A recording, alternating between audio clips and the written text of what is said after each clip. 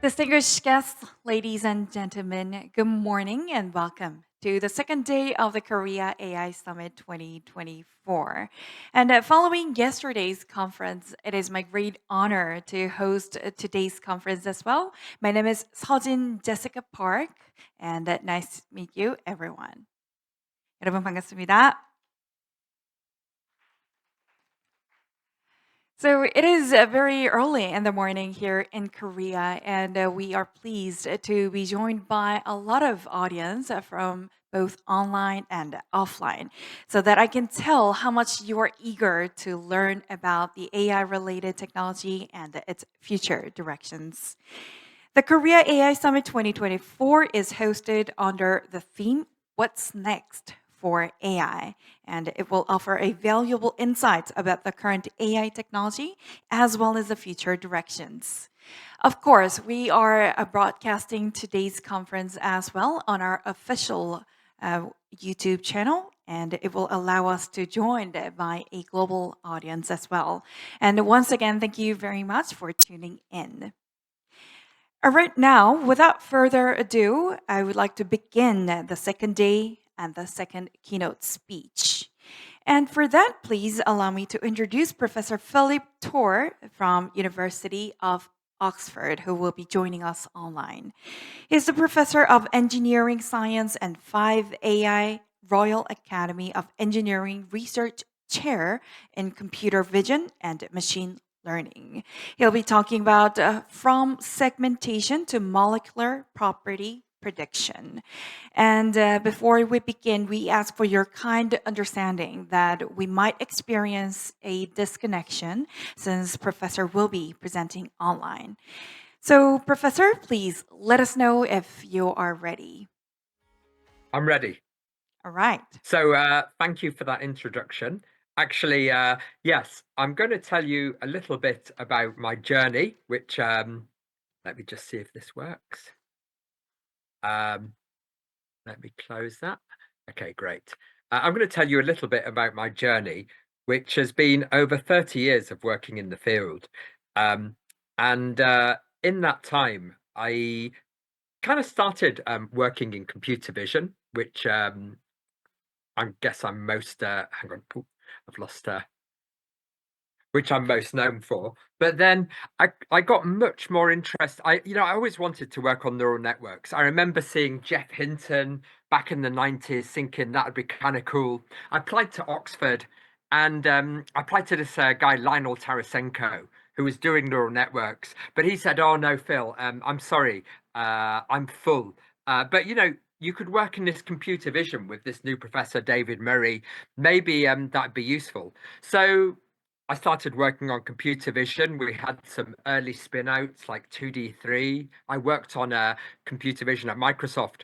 But I was always excited to come back when Andrew Zisserman, who was in the floor above me, he kind of broke neural networks into the field of computer vision initially, getting really good results on ImageNet. And as a result, that reawakened my interest, and we were one of the early adopters of the new wave of deep learning. And my group now is pretty much morphed into a machine learning group. So yeah, I run a vision. It's called a vision group, but now we work on many aspects of machine learning. In the past, I had an autonomous car startup, 5AI. So this got up to about 150 people, and we ran the first taxi service in the UK, autonomous taxi service, and that got acquired by Bosch. We work with all of the big players in tech: Google, Microsoft, Technicolor, Apple, and it used to be that our main focus was computer vision, but these days we've kind of moved over much more to AI safety. So we're working a lot on safeguarding, on explainability, fighting misinformation, and trying to make agents safe. So I think maybe about a couple of years ago, there was this AI pause letter um, signed by some of the greats of the field, Hinton, and Benjo, people I really admire. And I think what many people missed at that point, because a lot of attention went to the idea that AI should pause, but what they missed is really this was a call for more research into safety. And having spent, many years, developing the deployment of these algorithms, I think now they're going into society and being deployed. It really is, and this letter said the same, important to spend a large amount of money on safety research. So when that letter came out, I knew that safety would become probably one of the most important things now for AI. And I think, you know, ChatGPT is 2 years old now, and it's made amazing progress. And I think the next big rush or rush of excitement will be the deployment of agentic AI. So as agents get deployed in the world, this will increase productivity and allow us to do many things, scale up.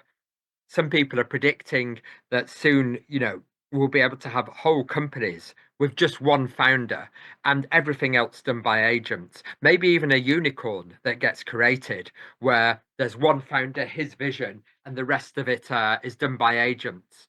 But this really necessitates us to make sure these agents are safe, that they can't do things because now they have real potential to cause harm in the world. Um, one of my philosophies in picking research problems is always to pick things that are actually really important. And in this talk, I'm just, I haven't got time to go into lots of detail of all the things we're doing, and so I actually picked what one of the interesting things of how my work in computer vision, which was largely on segmentation for autonomous cars, also for the partially sighted, so that you could segment out objects for people to see how this work and also we used it for automatically segmenting people, working out their shape, so that we could actually use this for visual try-on for online sales of clothes. Um, we're also using segmentation for our agent-based software because when the agent looks at a computer screen and it looks at it tries to work out what's going on there in order to maybe open a website or use a app, it needs to be able to segment out the correct things within that scene. Um, I'm also, yeah, as I say, very involved in the agent space. So I'm a director of Camel AI, and do look that up because it's a nice open source framework that allows people to develop multimodal agents, both vision and language.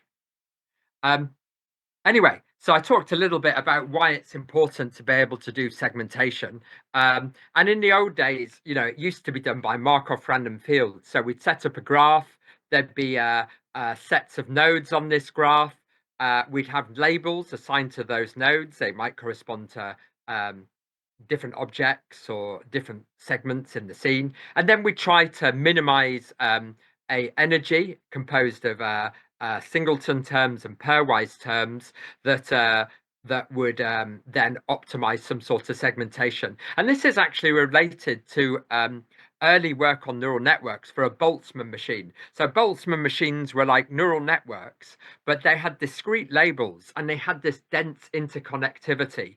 And were set up a little bit like this graph, and you'd basically these typically the s's would be the labels per vertex, and typically you'd be minimizing this sort of energy. And there was something called a so for segmentation, this would be the sites of the Markov random field. These would be the pairwise connections, and you'd minimize this labeling in order to get a segmentation. And this, in the past, I won't go into the details, but often people would use something called a mean field approximation. So the mean field approximation would be to approximate this complex energy function, which represents a distribution, by a simpler distribution. And it's shown that for certain choices of this simple distribution, you end up being able to solve this Markov random field by something called message passing. So what message passing would involve would be a site would get messages from all its neighbors that would update its probabilities of particular labels, and you'd keep iterating that.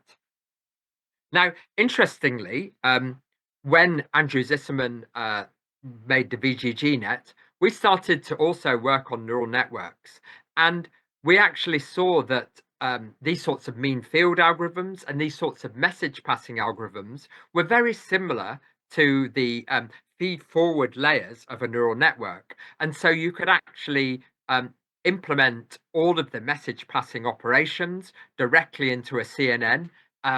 And optimize them and actually use some very efficient filtering tricks. So this was a paper that it was very influential for segmentation. And it was kind of interesting because I remember these were like early results, and it kind of worked well. It could segment out a bicycle and people. We put an online demo, and it was kind of interesting because for the online demo, people would upload things that it had never seen before. And we were kind of amazed because this is Gollum from Lord of the Rings, and the neural network would say it's part dog, part horse, part person, part sheep, which is kind of interesting, right? To see how these things are generalized. Or if somebody uploaded this image, which was like a bird and a dog, and it was able to segment out the parts, which were bird and dog. So it really started to convince me that neural networks were the future and that these things had amazing abilities and emergent abilities, which you might not even predict. Um, so the age of the transformer, so that, there we were using message passing to solve this segmentation problem. Now, related to this, later on, transformers started to become the state of the art within NLP, and became very interesting to see whether you could apply this to computer vision.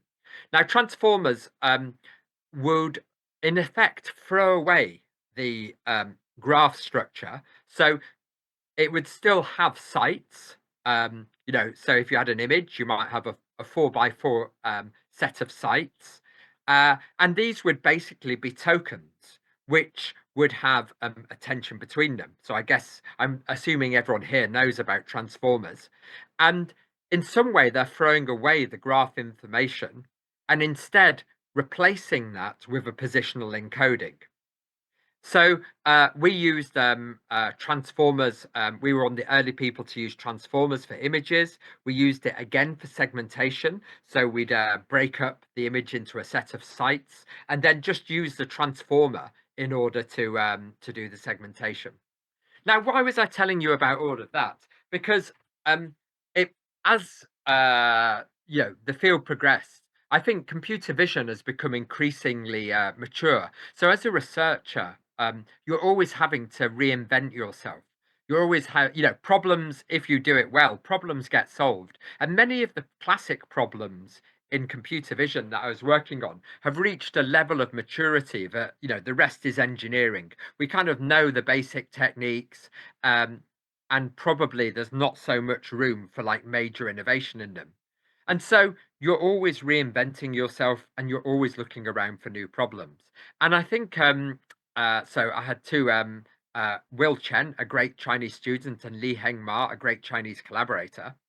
And they got really interested in whether or not the graph algorithms we were developing for segmentation could be used in other cases. So, for instance, graphs can be used to represent molecules. They could be in recommender systems. And from molecules, you might want to predict all sorts of properties. It could be for drug discovery. Will this molecule cure a particular drug? It could be the properties of that molecule to invent new compounds that might, have better elasticity or some other property that's desirable. Now, if we're, considering graphs in general, um, we have to think about some sort of encoder for the graph, and we also want to have this encoder so that if we see two graphs, say this one and this one, we should be able to tell whether they're different or not once we've encoded them. Um, And this is kind of very related to something called the graph isomorphism problem. So the idea of graph isomorphism is that you want to be able to say there's a mapping between the nodes of the two graphs that preserve node adjacencies. So um, you want to be able to tell whether these two graphs can somehow be the same or not by connectivity. Now, there's a famous, it's a difficult problem, and it's not even known whether it's NP complete, whether it can be solved in polynomial time. Um, so, there was actually a very famous test by this guy, Boris Weisweiler. Hopefully, I'm saying his name right. He was a brilliant graph theorist. And actually, it's a sad story because he went to Chile in January 1985, and his backpack was found by the side of a river. And basically, he was 43. He was having a holiday there, and he's never been seen since. And in 2000, some declassified US documents suggested that that the Chilean army had basically um, uh, kidnapped him and potentially taken him to a torture center and killed him. And nobody knows why, but you know, it's kind of a very sad end for this you know, brilliant mathematician. So he developed a way for telling whether these two graphs are similar. And I'm just going to run through it because it's kind of interesting. And it also uh, is based on message passing, which I talked about earlier. So imagine what we do first is we're going to assign a label, uh, like we're going to assign a value C, which is going to put 1 on all of these nodes. And then we're going to create a multiset, which is by looking at all of the neighbors. So this neighbor, and this neighbor, forming a set of all the neighbors. So that's 1, 1, 1, 1. He's got two neighbors that are 1, so he's 1, 1. He's got three neighbors that are 1, so that's 1, 1, 1, and so on. And we do the same on this graph as well. And so now we've got this one, and we've got this multiset, which is all of the neighbors collected together and what their labels are. And then what we're going to do is introduce a new label. And so this label here, we're going to say if it's got 2 1s, it's going to have the label 2. And if it's got 3 1s, it's going to have the label 3. So like this and like this. And then we iterate. So what we're going to do is basically what we're doing here is there are basically two labels here. You notice things are either 1 1 or they're 1 1 1. So we just have a hash function that takes that to a new number. So that if it's 1 1, it will go to 2. And if it's 1 1 1, it will go to 3. And then we repeat. So now we create the new multiset, which is going to be the label neighbors of this. That's 2, that's 2, that's 3. Normally, I'd make this interactive if I could see you. So that's 2, 2 and 3. So 2, 2, 3. He's going to have a 3 and a 2. So that's 2, 3. He's going to have a 3 and a 3. So now we see there are 3 distinct labels: 2, 2, 3, 2, 2, 3, 2, 3, 2, 3, 3, 3, and the same here. And so we're just going to assign those the labels 4, 5, and 6, as we see here. And we repeat again, again aggregating the information and assigning a new hash function. And we keep going like this until there's no change. And what we see here now is we have, let's say this has converged. We have 9, 9, 7, 7, 8, and this one is 9, 9, 8, 7, 7. And it's a bit like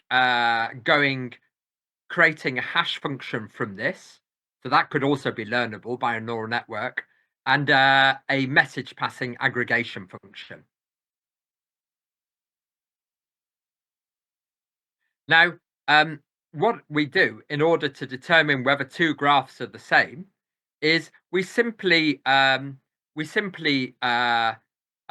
represent them by the final labels. So we might be 2 7s, 1 8, and 2 9s. And if if they have this same canonical form, then they could be isomorphic. If they don't have this same form, then they're definitely not isomorphic. So this is an example of a message passing algorithm that can do graph isomorphism, um, or at least tell whether two graphs are different. It can't guarantee that they're the same. Now, the reason for that would, we'll come back to that in a minute. Um, there are some graphs, for instance, which it fails. So, for instance, here, it can't tell. It turns out these two graphs are different, but it can't distinguish them. Okay, now let's come back to just doing generic message passing. So, say we have a molecular graph.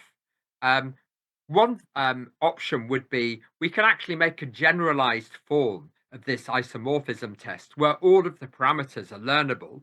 And this is effectively what a message passing algorithm is doing. So it computes messages and passes them around the graph, aggregating them. Um, and this has actually been used for molecular prediction. And a competing paradigm would be like a transformer. Now, the transformer would throw away the graph information. It would just treat all of the nodes as tokens, and then it would have an attention matrix on those tokens. And what's so, there are some data sets, for instance, small ones, where message passing takes the top spot on the leaderboards. But when you can learn from a lot more graphs, when these data sets are bigger, transformers take the top spots. So let's just think about these two methods. So we have message passing that can aggregate, it respects, has the inductive bias and respects the graphs. And then we have transformers, which basically can use all of the nodes together, but throw away the graph information. Um, and message passing for a long time were the de facto standard for these sorts of problems. Um, but there are definitely some problems with message passing networks. For instance, supposing you have two big networks here, and then you just have a very small communication channel between them. All of that messages has to get compressed between these small communication channels, and actually that means you can lose a lot of information. Um, and also, there's certain types of graphs which it can't distinguish. So, um, another problem with message passing as well is over smoothing. So, and this actually is interesting because it's very related to the mean field approximation and message passing that I mentioned earlier.